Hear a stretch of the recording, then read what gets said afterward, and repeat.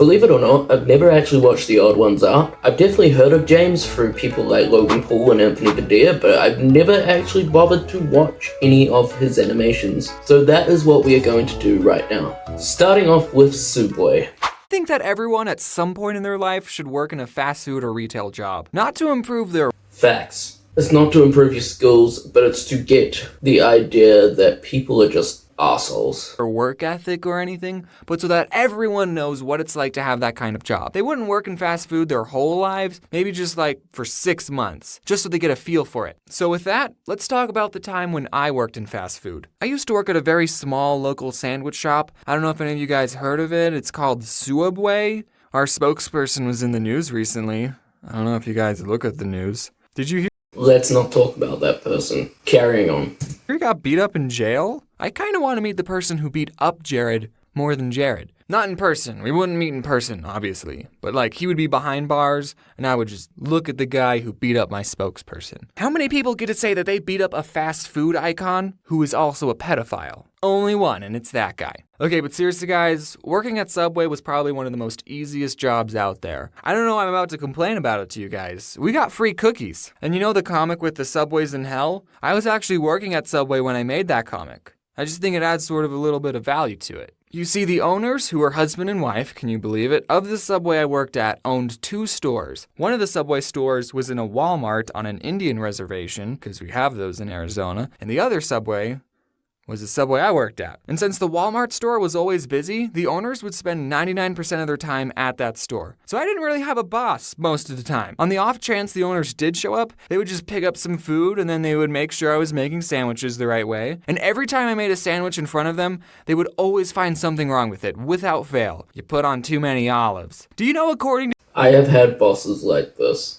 I've never worked in fast food places, thankfully, like McDonald's and stuff, but the retail that I did do, my bosses liked to pick out every single little detail that I got wrong. the Subway formula, you're only supposed to put on 8 olives on a foot long? 8! One for every other bite. That's just ridiculous. Can you imagine someone just counting out 8 olives? Nobody does that. I usually worked the closing shift, and at the end of the night, we would turn the alarm and we have 60 seconds to get out of the store. But one time I had the opening shift, so I unlocked the door to get in with my key, and the alarm went beep, beep, meaning I had 60 seconds to turn it off. No big deal, right? I've turned the alarm on all the time when I was closing. So I go to the little control panel and I type in the code and nothing happens. The beeping is still there and the clock is still ticking down. So I go, okay, I'm going to press each button very carefully. I'm going to make sure each button makes a beep when I press it.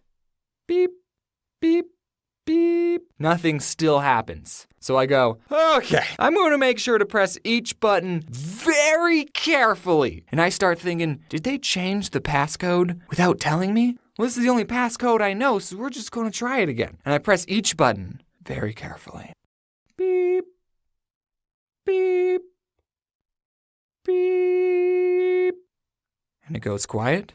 And then the alarm goes off. I still had like 20 seconds left. But I guess when you get it wrong 3 times, it automatically assumes that you're a burglar. So while the alarm is going off, I look on the contact sheet for the owner's cell phone number. I step outside, I call him, and he doesn't pick up. So I go back inside, find the number for the other Subway store. They open an hour before we do. Someone picks up with their stupid voice. Oh, thank you for calling Subway. I'm blah, blah, blah, blah, blah, blah, blah, blah. How may I help you? And I go, hey, is Mike there? That's not his real name, guys. Don't worry. And they go, just a minute. Yeah, sure. I have all the time in the world. The cops might be on their way, but take your time. So Mike picks up. Yellow. Hey, Mike, this is James. What's the passcode for the alarm? Who is this? It's James. What's the passcode? What are you doing there, James? Why aren't you answering the question? I have the opening shift. Is the alarm going off? Yeah, no one told me the new code. Yeah, we changed it. It's the last 4 digits of your social security number. Oh, okay. Thanks, Mike. I don't know my social security number. So I finally get the alarm off. No one showed up, thankfully. Which I actually don't know if that's a good thing or not. Okay, I'm not American, but I'm assuming a social security number works like what we have here in New Zealand, which is an IRD number. It's basically a tax code. Yeah, how do you just know that?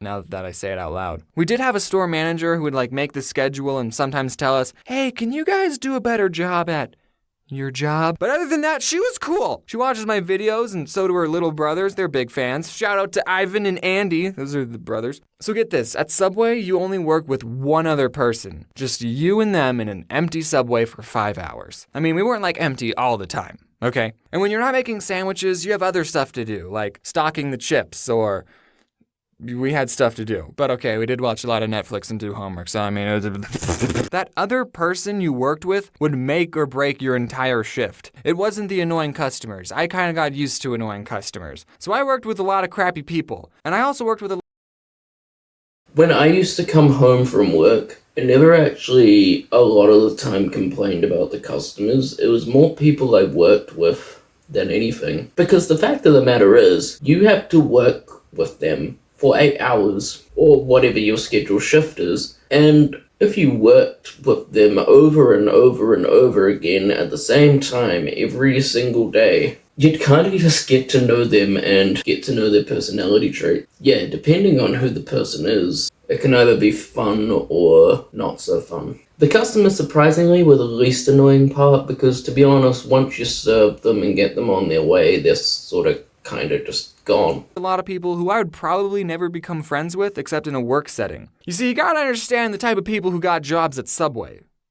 Potheads. Most of them are potheads. And some of them are really cool. I'm just going to go over a couple of the characters that I worked with. There was Tyler. I freaking love this guy. He smoked a lot of weed. He actually taught me what vaping was, and he got me into Clash of Clans. I actually mentioned him and his girlfriend in my riddles video. I don't know if I ever told him that. And of course, I have to mention Corey. He was cool. We watched How to Get Away with Murder on Netflix, and I've also hung out with him outside of work. What him and Tyler had in common is that they would actually do their job, which you gotta appreciate. Then there was this guy. I had a couple of people like that as well. There are a couple of people that I still make the effort to see every now and again, and I will say a lot of the time when I go into my old workplace, I don't have any bad blood now that I've actually left the place, but I had a couple of people that I actually used to hang out with outside of work a couple of times, which was really fun. Get this, who was also named Jared. He loved marble, and that's like the only thing he would talk about. I can say these things. He doesn't watch my videos. There was Sarah. She was cool. She made me a bread bowl. And her boyfriend, Jay. He talked about chakras and third eyes. He was interesting. And also, there's Anthony. He's cool. What's up, Anthony? For the 100,000 sprinkles video, I actually went back to Subway to use their scale because I knew they had one. And we counted 500 sprinkles again just to be more accurate for the 100,000. And Anthony helped me count instead of working. I mean, at least he got paid minimum wage for it. So 2 more stories before I go. One time, Jared asked me to take out this pile of trash, and I was like, oh, okay, I'll just put this pile of trash in the dumpster. And as I was taking it out, I saw that there was a chip poster in the pile, and I thought, this is too cool to throw away. I'm gonna keep it. So I took it home with me, and then the next day when I went in, people were saying, oh, where's the chip poster? We can't find the chip poster. We haven't seen it anywhere. And I'm thinking, I have the poster. I decided not to tell anyone that I had the poster, and it's still hanging up in my room. Sorry, boss, if you're finding out about this now. Okay, and then the other story, I was working with a manager, and we were just making sandwiches like usual. And I noticed that when we toasted a sandwich, it would burn the paper a little on the edges. That probably shouldn't be happening. So then a customer asks for just bacon toasted. And the boss lady puts some bacon on paper, and then puts it in the toaster. And we don't have a setting for just bacon. So then when she opens the toaster, there was a fire on the bacon. So then she starts to whack it with the little metal tray thing, but all she ended up doing was fanning the flames, making the fire bigger. You got this, right? Then I went in the back and I got the fire extinguisher and I actually used it. I single-handedly saved that Subway. Wait, what have I done? Is it okay if the bacon's a little crispy and has nitrogen and carbon dioxide stuff on it? Wow, I didn't even mention a single bad customer experience. Okay, the second one I'm going to be reacting to is tabletop games. I assume it's going to be about the frustration of playing tabletop games with people, like Monopoly and stuff like that.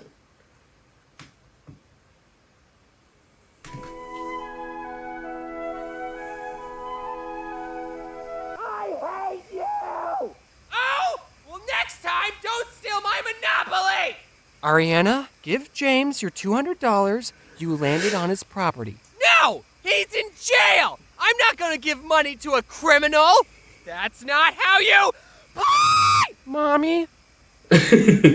That sums it up. That sums up Monopoly pretty well. The only thing it's missing is someone flipping the table. Why is brother screaming? Shut the up, Sally. You don't get to talk after stealing my last railroad. I wish I was never born! Me too! You think I wanted this?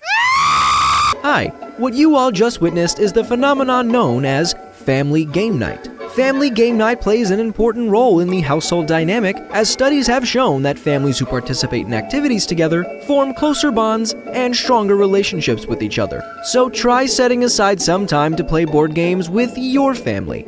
And if they beat you, cut them out of your life forever. Okay, have fun, you guys. I like board games. I guess any game that doesn't involve me getting up and moving around I'm a huge fan of. Also, since I'm bad at Same. That's why I play video games. everything and don't like playing games against someone who's better than me, I really love the games that don't require any type of skill, like the game Chutes and Ladders, which I just learned today has another name called Snakes and Ladders. And I'm going to call it that instead, because I'd rather draw snakes than chutes. In Snakes and Ladders, you have no free will. You're at the mercy of a single dice, and I love it. While I was looking up walkthroughs for Snakes and Ladders, I quickly learned that this game was made for preschoolers, which is probably why it's so simple. Or how about the game Sorry, which is the most unapologetic game I've ever played. There's some strategy in that game, but most of the time you're just getting revenge on the players who've wronged you. And the creators of Sorry knew this because the tagline of the game is, Sorry, the game of sweet revenge. Which, if you think about it, is a pretty Never played Sorry. Have played Snakes and Ladders. That is what we call it here. I have heard of Chutes and Ladders, so I assume that's a American thing. funny oxymoron. Aha! Take this! Sorry.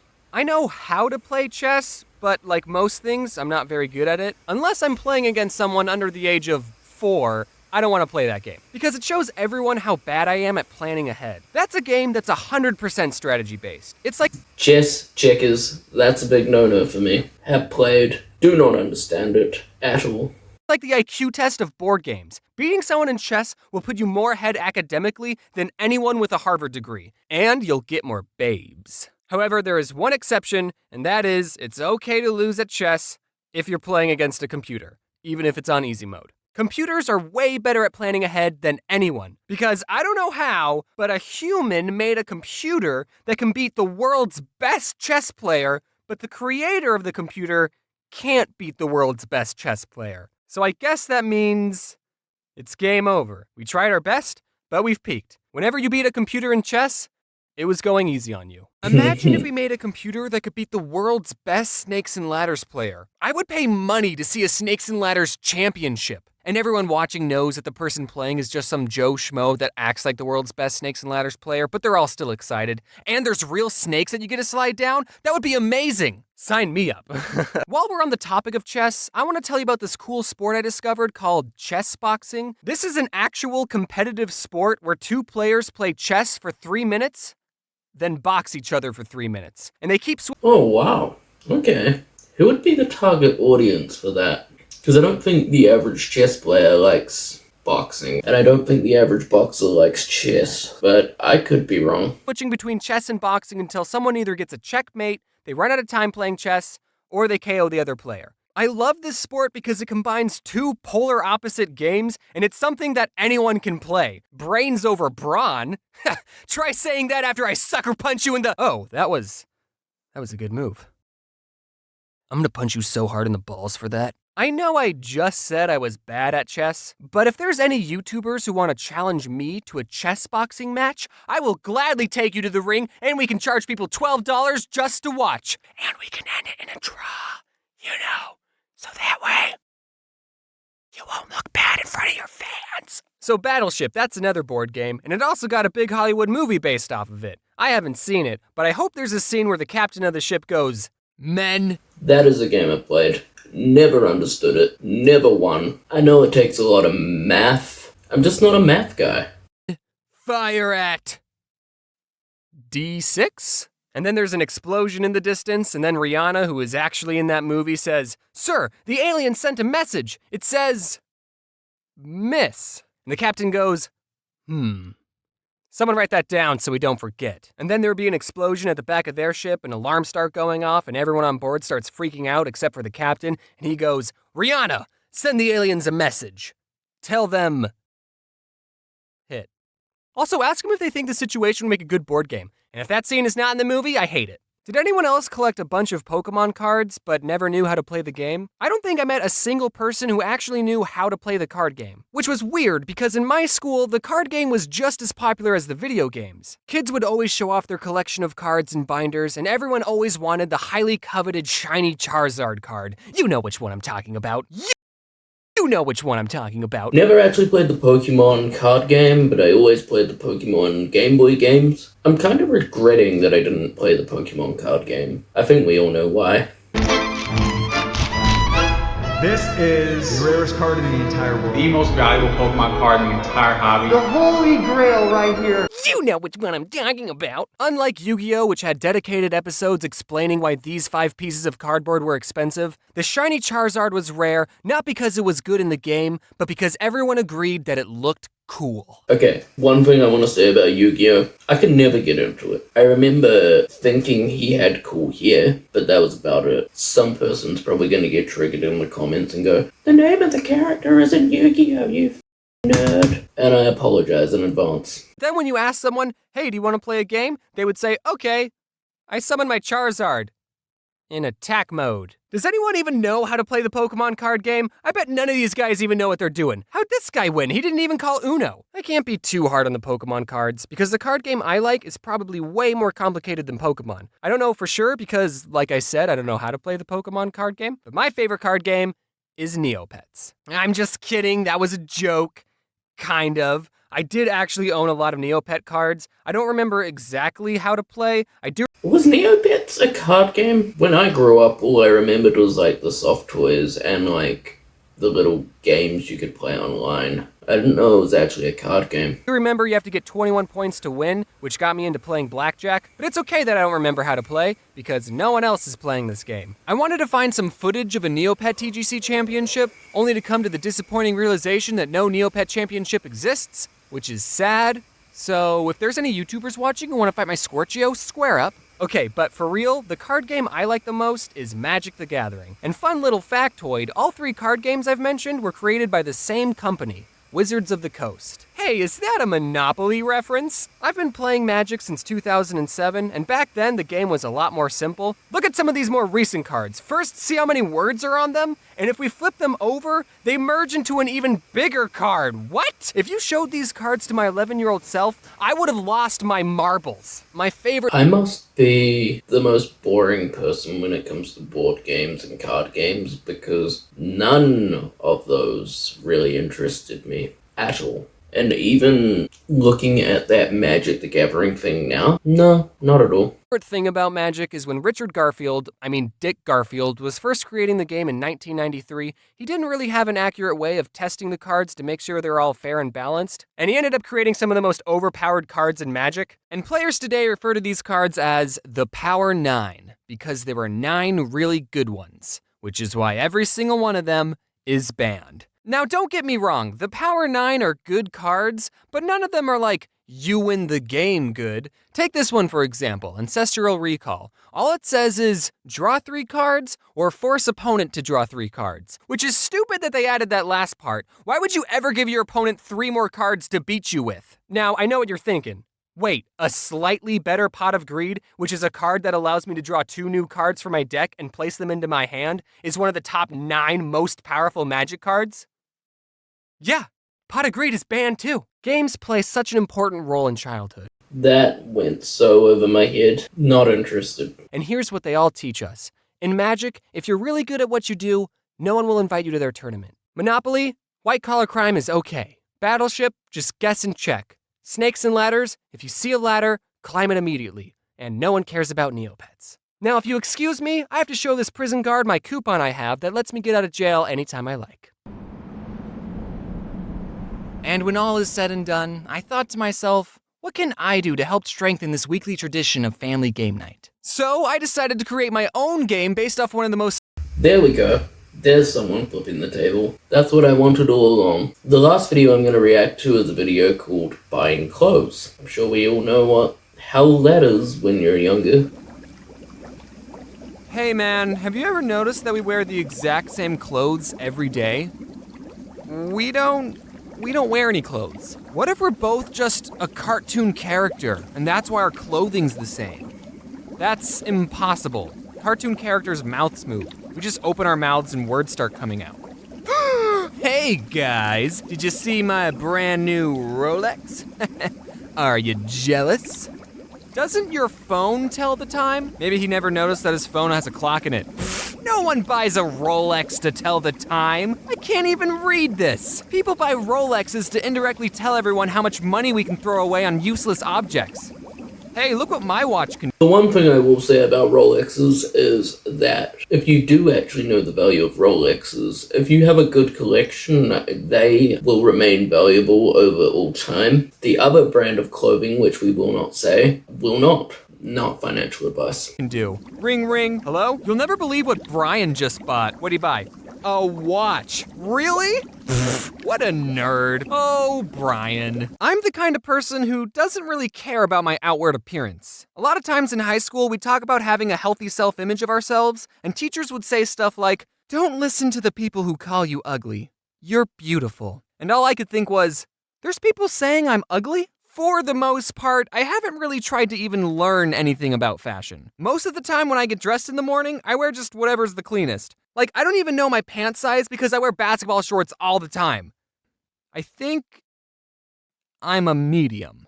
To be honest, that's me with pants in general. I wear the same jeans probably like for 2 weeks, and then I'll switch to like my shorts. My parents taught me the value of hard work by making me pay for all my clothes, and I am 100% on board with that parenting technique. I think even the super rich parents should still make their kids buy their own clothes. Because if you just buy your child anything they want, then they're gonna turn into a-holes who just expect everything without having to work hard. Those are the types of kids who grow up to flex all their money on people and who leave their basketball cards all over the cramped dorm. And also, buying your own... I agree with that. I agree if you want something that's fashionable or trendy, you should pay for that yourself, not your parents. Your parents, on the other hand, should just buy you clothes because you have to wear them. It's the law. Clothes makes you think harder about what you're going to spend your precious dollars on. You don't want to waste your money, so you have to pick clothes you really like. Except my mom told me I couldn't buy anything with skulls on them. She said they were too edgy. And you know what? Fair enough, Mom. Looking back, I'm glad I skipped that emo edgy phase. But why didn't you let me express my true self, Mom? Thank you for not letting me do that. In this... Yeah, I kind of wish my parents never let me do that. But my dad used to ride Harley motorcycles, so he was all for that shit. 7th grade, I went through an I need to look cool phase. And one time, I saved up quite a bit of money, so me and my mom went on a shopping spree at Kohl's. # not sponsored. I was going to impress everyone. I was going to look so cool with my brand new 2 pairs of jeans. I'll get this normal blue pair, and then the exact same pair, just in case I spill ketchup on the first pair. That's another reason why I'm pro have your kids pay for their own clothes. So that way they learn how expensive clothes shopping is. Seriously, 2 pairs of jeans was $70. Do you know how many Pokemon cards I could have bought? Probably enough to make my own pair of Poke Pants. And that's when I learned about the magical land of Goodwill. At Goodwill, you could buy mediocre, questionably stained-looking jeans for 1/4 of the price of Kohl's. And since I had to buy all my clothes and I was unemployed, I was at Goodwill every other Saturday for that half-off deal. You're at Goodwill and everything's half off. That's like a double sale, people. Here's the thing. Typically, clothes stores have a certain style they specialize in. Tilly's, you know you're gonna get that hip LA-style clothes. At Old Navy, you know you're gonna get that white boy, Ohio look. And H&M, you know you're gonna get demonetized. But when you step inside your local Goodwill... I don't get that. Is it because of the branding, or is it because if you mention H&M, they're gonna demonetize you themselves? You don't know what you're getting. You get every style of clothing all in one place. I got my favorite t-shirt from Goodwill. I even wore it to this panel at VidCon. You know, the panel where I didn't even talk into the microphone, so you couldn't hear half the words I said. Ah, but James, I don't want to wear clothes that have already been worn by other people. They're gross. Ugh, cuties and herpes. Yeah, no, that's true. You don't know who else has worn your clothing.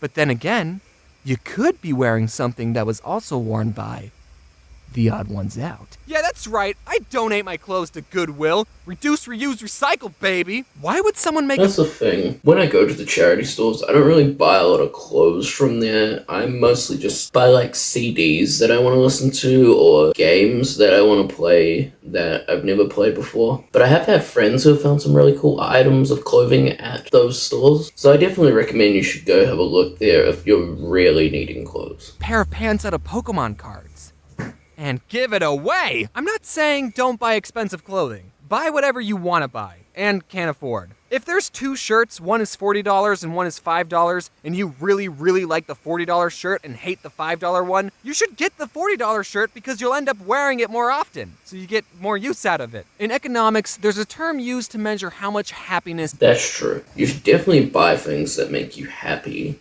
but also don't buy things just because it's the trend. A product will give you, and it's called utils. Sometimes buying more expensive things will give you more utils of happiness, so it's worth it to buy expensive clothing. But for me, I get way more utils buying a shirt for $5. You cannot put a price on all the oodles and oodles of utils I get for wearing a shirt I like for $5. You can wear your Supremes and your Abercrombos or whatever all you want. I just don't think it makes a lot of sense spending that much money on a white t-shirt with an ironed-on logo. There's no material in that shirt that makes it as expensive as it is.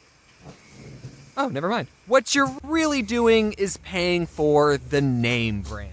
So you might as well staple two $20 bills to your shirt and write in Sharpie, "Look everyone, I got $40. But again, if you like the design of a white shirt and a red rectangle, then you be happy wearing it. I'm not telling you what to wear, but I will tell you this. Don't judge someone based on their clothing. That's like the most shallow thing a person can do. Even if someone is wearing old hand-me-downs or a really expensive name brand t-shirt, don't treat people differently because of their clothing. There's a certain YouTuber going around, I'm not going to say any names, but I will draw pictures, who's teaching kids that their value as a person is correlated to the amount of money they spend on clothing. That is true. As long as you look after yourself, groom yourself well, make sure to live a clean and healthy lifestyle, who actually really cares what sort of clothes you wear? I don't think that's something people should have a say in. And that was The Odd Ones Out. I really enjoyed the animation style. I can see why a lot of people watch James. In his interviews and stuff like that, he seems like a genuinely really nice person. And I definitely think I'll be watching a lot more of his content in the future. If you liked today's video, please don't forget to leave a like and subscribe, and leave a comment telling me if you've watched The Odd Ones Out before.